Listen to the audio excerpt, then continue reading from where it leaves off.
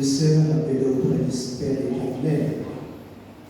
Fakirwa, Camille, Manuel, Maria, Toporea, Angelo, Himahima,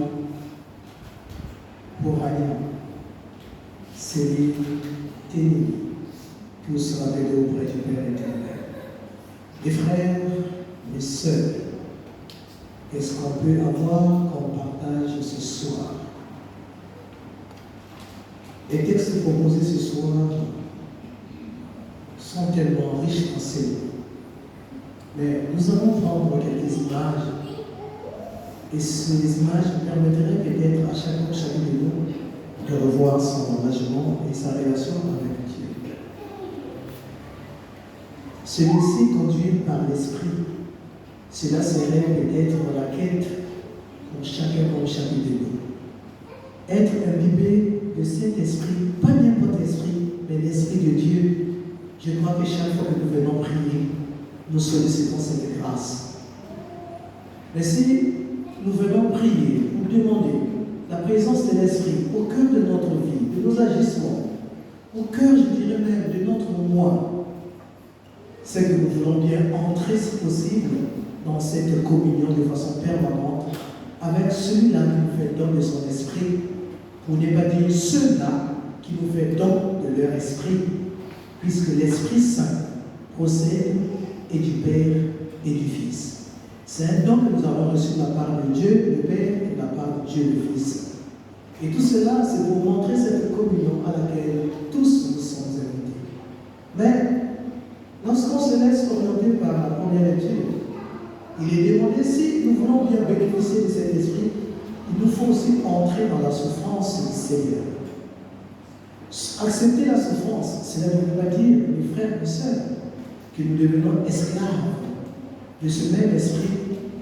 Mais par contre, celui qui accepte la souffrance du Seigneur, eh bien, il s'identifie au Maître et comprend facilement que tout ce qui m'arrive dans ma vie, eh bien, je peux être fort et invoquer la présence de l'Esprit afin que ma personne puisse arriver à supporter toutes ces douleurs, toutes ces formes de trahison, tout ce que nous sommes traversés comme maladie, comme humiliation.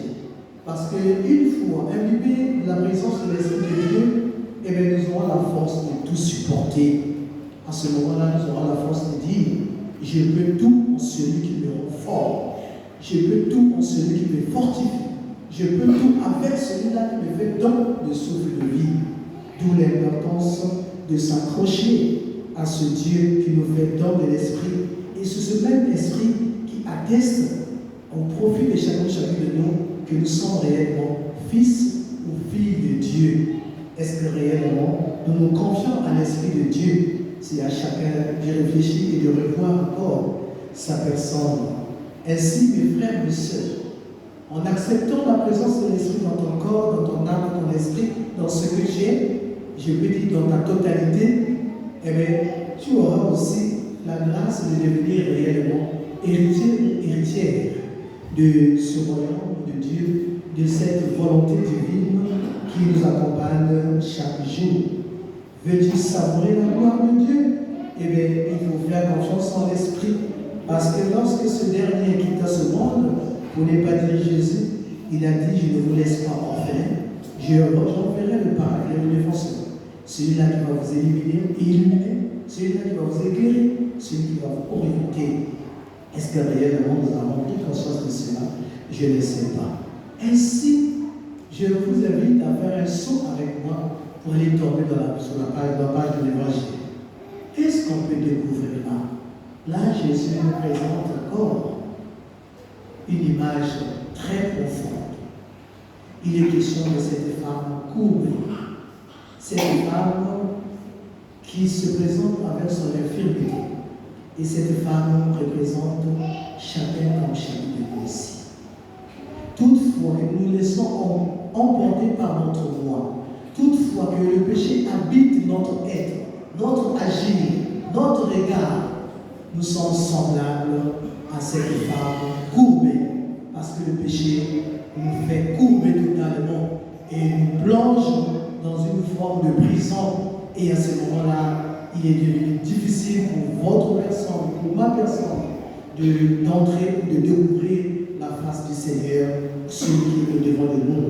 Alors, au cours de cette Eucharistie, nous aussi nous allons demander au Seigneur, à l'image de cette femme qui a eu à souffrir 18 ans, courbée, impossible de se remettre debout, que le Seigneur puisse prononcer la même phrase: Femme, te voici délivrée de ton infirmité.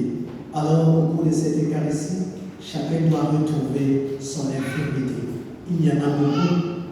En commençant par moi, Père Gildas, toutefois que je suis plongé dans le mensonge, c'est une forme d'infirmité.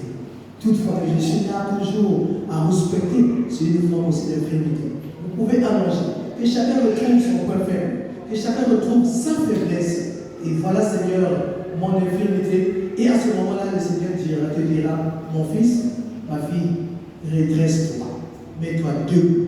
L'homme debout, l'homme droit exprime la gloire de Dieu.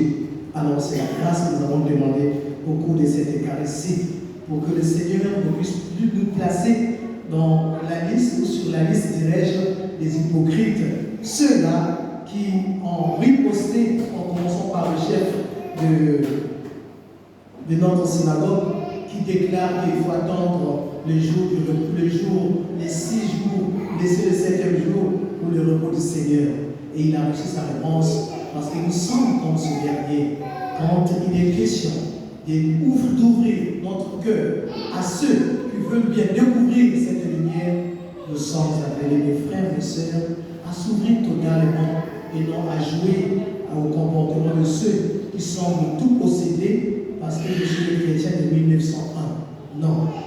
Que ce soir, chacun puisse revoir sa relation avec l'autre. Que chacun puisse revoir aussi sa relation avec son Dieu et se poser la question de savoir, est-ce que réellement je suis celui-là ou celle qui a la capacité de bénéficier de cette parole qui sauve.